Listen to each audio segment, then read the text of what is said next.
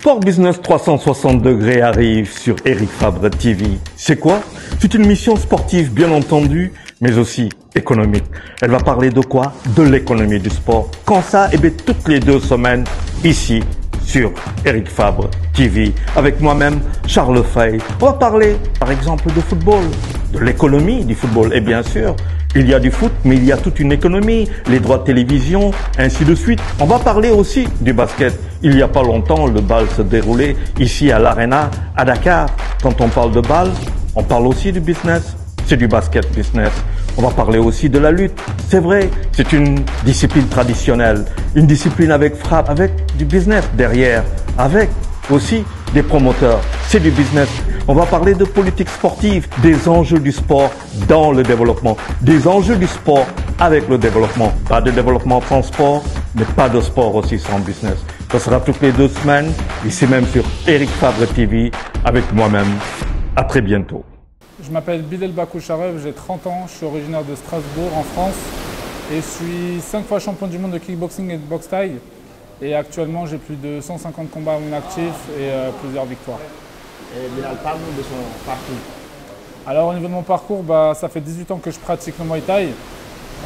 J'ai boxé à peu près à travers le monde entier. J'ai boxé aussi en Afrique, ici en Côte d'Ivoire pour ma ceinture WBC. Et voilà, j'ai boxé un peu partout. J'ai été en équipe de France. J'ai représenté la France à travers le monde entier. Je suis aussi président d'une association dans ma ville où j'encadre des jeunes, des femmes, des enfants, des ados. Je suis éducateur sportif, donc ouais, je suis pas mal actif. Je suis aussi dans l'événementiel avec mon événement Superstar Event où j'organise des événements à Strasbourg et pourquoi pas un jour exporter ça à l'international. Et ton parcours, qu'est-ce qui t'a vraiment poussé à faire le sport de combat? Alors quand j'étais petit, j'ai essayé plusieurs sports. J'ai fait du foot, de la capoeira, du taekwondo, etc., du karaté. J'arrivais pas à trouver un sport qui me convenait. Et puis un jour, en jouant aux jeux vidéo à l'UFC, sur la PlayStation, il y avait Anderson Silva qui pratiquait le Muay Thai. J'ai vu Muay Thai et du coup j'ai fait des recherches. Et je suis intégré du coup le club de ma ville où aujourd'hui je suis encore présent. Je suis le président maintenant. J'ai commencé tout petit et j'ai gravé les échelons progressivement pour être président. Et voilà, je pense que le Muay Thai, c'était en moi. Dès la première séance, je savais que c'était le sport qui était fait pour moi. Et en même temps, le sport de combat, c'est quand même passionnant. Le sport de combat, c'est souvent vu comme mauvais. Et pourtant, ça m'a beaucoup appris, ça m'a permis de grandir, ça m'a permis d'être l'homme que je suis. Ça m'a aussi appris des valeurs. Ça a été une éducation aussi, parallèle avec les parents, l'école et la rue. Le sport, ça m'a obligé à avoir une discipline, ça m'a obligé à me transcender, à me dépasser. Ça m'a permis de me connaître aussi davantage, ça m'a permis de pouvoir voir mes limites, de pouvoir aussi là où je suis capable d'y aller. Et je pense que les sports de combat, c'est vraiment très personnel et très profond parce que ça nous vraiment pousse dans les limites et plus que dans les autres sports. Parce que se retrouver en face d'une personne qui veut nous faire mal, qui veut nous taper, il faut trouver les forces, il faut trouver les moyens pour y arriver. Et voilà, quand on gagne, c'est une victoire et on se dit qu'on a fait quelque chose de grand. Et aujourd'hui, quel est le combat qui t'a le plus marqué dans ta carrière? Je pense que le combat qui m'a le plus marqué, c'était peut-être mon 2e combat pro où j'ai boxé avec des gants de MMA en boxe thaï, c'était en Thaïlande. Et j'ai boxé Panom, une grosse star en Thaïlande, qui était déjà plus expérimentée. Et donc j'étais ouvert ici, fracture, j'étais ouvert à l'arcade aussi. Et à la fin du combat, j'avais très mal à la tête et je voulais arrêter. Je me suis dit, ça fait trop mal la boxe, c'est très dur. Et en fait, pendant 3 jours, je me suis reposé.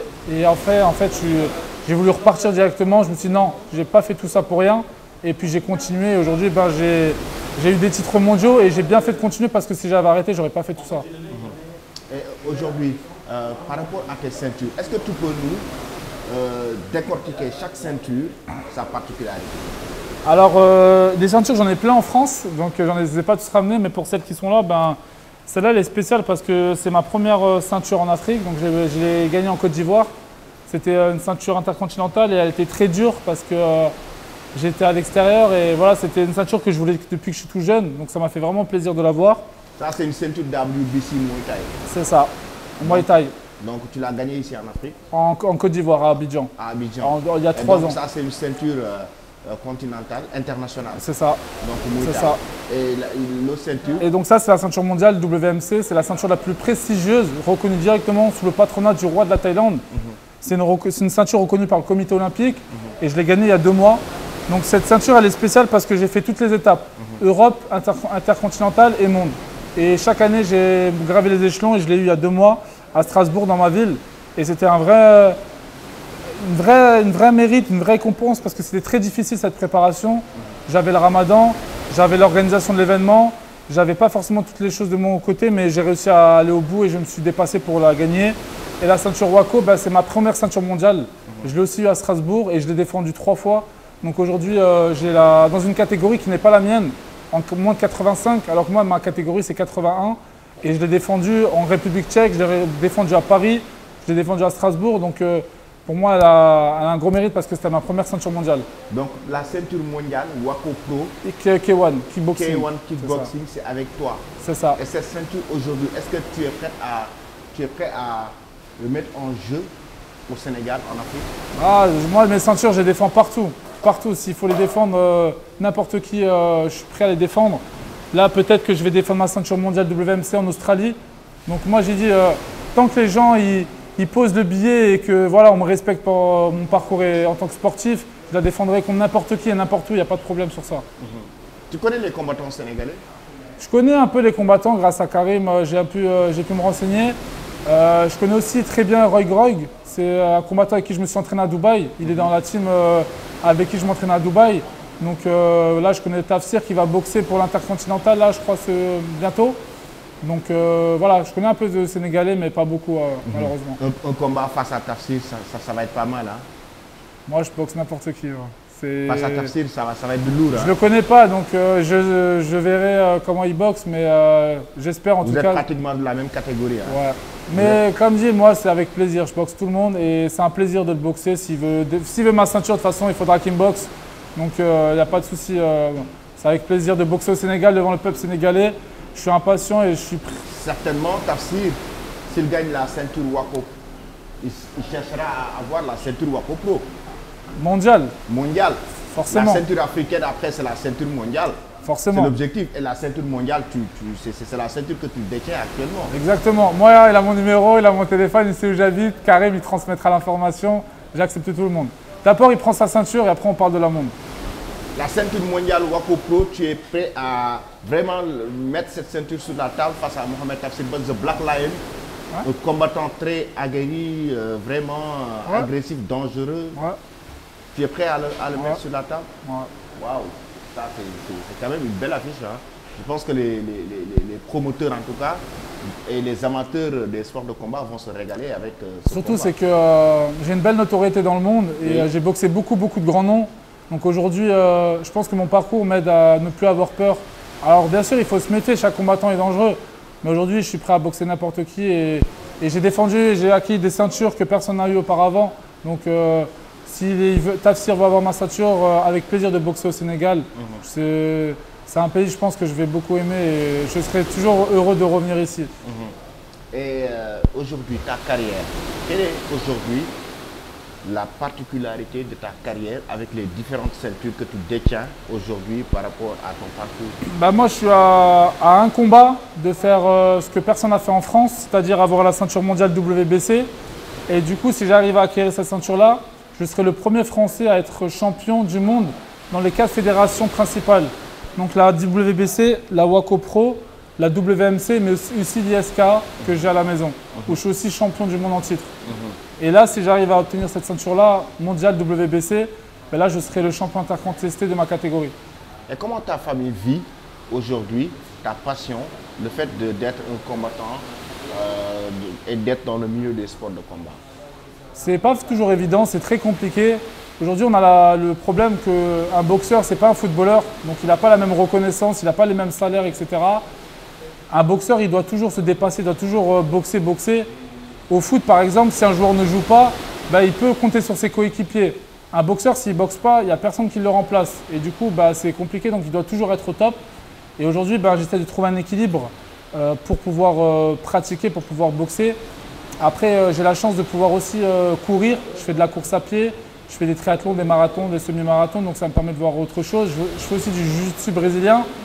Et voilà, toutes ces choses qui me permettent de me changer un peu les esprits, ça m'aide à être encore plus motivé dans la boxe. Et tu as eu combien de combats dans ta carrière? À peu près amateur et professionnel, à peu près 150 combats. À peu près 150 combats. Amateur et professionnel. Amateur et professionnel. Et en même temps aussi, le MMA. Le MMA, c'est une discipline que je travaille indirectement. Je pense que je ferai un jour un combat de MMA parce que je suis bon dans ma discipline. Tu fais du jiu-jitsu, muay thai, kickboxing. Je suis bon au sol, je suis bon debout. K1. J'ai un bon corps à corps, je fais du K1, donc il n'y a pas de raison. Et je pense que comme je suis un compétiteur, j'aurais envie de découvrir et d'essayer le MMA. Pas forcément parce que c'est populaire, mais juste en tant que compétiteur et en tant que combattant. Et qui est ton référence, ton idole dans vraiment le sport de combat? Bah, je dirais Mohamed Ali. Mohamed Ali, c'est la référence. C'est un boxeur qui était sur le ring champion, mais aussi en dehors, et il a changé le monde. Et ça, je pense que c'est ce qui est important, c'est de changer les choses, de ne pas rester juste un champion. Après, en tant qu'idole, en tant que combattant, champion, je dirais Mohamed Ali. Et après, en tant que combattant sur le ring, je dirais John Jones. John Jones. John Jones, la légende. Pour moi, c'est le combattant le plus complet et qui m'a beaucoup, je me suis beaucoup inspiré de lui. Et comment tu as appris vraiment l'information comme quoi qu'il va arrêter sa carrière de MMA? Je pense que c'était, ça m'a pas choqué. Je pense que c'était bon pour lui parce qu'il a connu sa période de gloire, il a connu son ascension. Et aujourd'hui, il n'a plus rien à prouver. Il a fait ce qu'il avait à faire. Après, je pense que c'était suffisant. Et s'il arrête, c'est que c'est mieux pour lui. Il vaut mieux arrêter par décision qu'arrêter à cause d'un problème. Par un chaos, par une blessure, etc. Je pense que c'est la meilleure façon d'arrêter. Et si tu as un message à lancer aux jeunes qui veulent devenir des champions du monde comme toi, champions, avoir des ceintures, par exemple la ceinture WBC, Muay Thai international, avoir la ceinture WMC, aujourd'hui est plein de ceintures dans leur carrière, ce sera quoi? Je pense que ce serait de travailler très dur, de croire en eux et de faire le maximum, même quand c'est dur, et de mettre les moyens en place. Il ne faut pas hésiter à bouger, parce que moi, bouger, c'est ce qui m'a aidé à grandir. Je me suis entraîné partout, en Russie, en Thaïlande, au Brésil, etc. Et ça m'a beaucoup permis de développer ma boxe. Et si on reste qu'au même endroit, on ne peut pas se développer, on ne peut pas gagner. Et la vie sera dure, les combats seront durs, mais les combats les plus durs, c'est ce qui va leur permettre de grandir. Donc il ne faut pas s'arrêter à ça. Je me suis posé 3 fois la question si je devais arrêter ou pas dans ma carrière et je n'ai pas arrêté. Et j'ai bien fait de ne pas arrêter parce qu'aujourd'hui, j'ai fait plus de choses derrière. Donc voilà, je pense qu'il faut avancer, il faut se donner le moyen et après, c'est le mektoub. Après, c'est le destin, la vie fera en sorte de donner ou pas donner, mais il faut accepter son destin et il ne faut pas avoir de regrets. Merci beaucoup, Bilal. Merci beaucoup. Un plaisir et merci le peuple sénégalais. Je vous dis à très bientôt. Sport Business 360 degrés arrive sur Eric Fabre TV. C'est quoi? C'est une mission sportive bien entendu, mais aussi économique. Elle va parler de quoi? De l'économie du sport. Quand ça? Eh bien, toutes les 2 semaines, ici, sur Eric Fabre TV, avec moi-même, Charles Fay. On va parler, par exemple, de football, de l'économie du football. Et bien sûr, il y a du foot, mais il y a toute une économie, les droits de télévision, ainsi de suite. On va parler aussi du basket. Il n'y a pas longtemps, le bal se déroulait ici à l'Arena, à Dakar. Quand on parle de bal, on parle aussi du business. C'est du basket business. On va parler aussi de la lutte. C'est vrai, c'est une discipline traditionnelle, une discipline avec frappe, avec du business derrière, avec aussi des promoteurs. C'est du business. On va parler de politique sportive, des enjeux du sport dans le développement, des enjeux du sport avec le développement. Pas de développement sans sport, mais pas de sport aussi sans business. Ce sera toutes les 2 semaines, ici même sur Eric Fabre TV, avec moi-même. À très bientôt.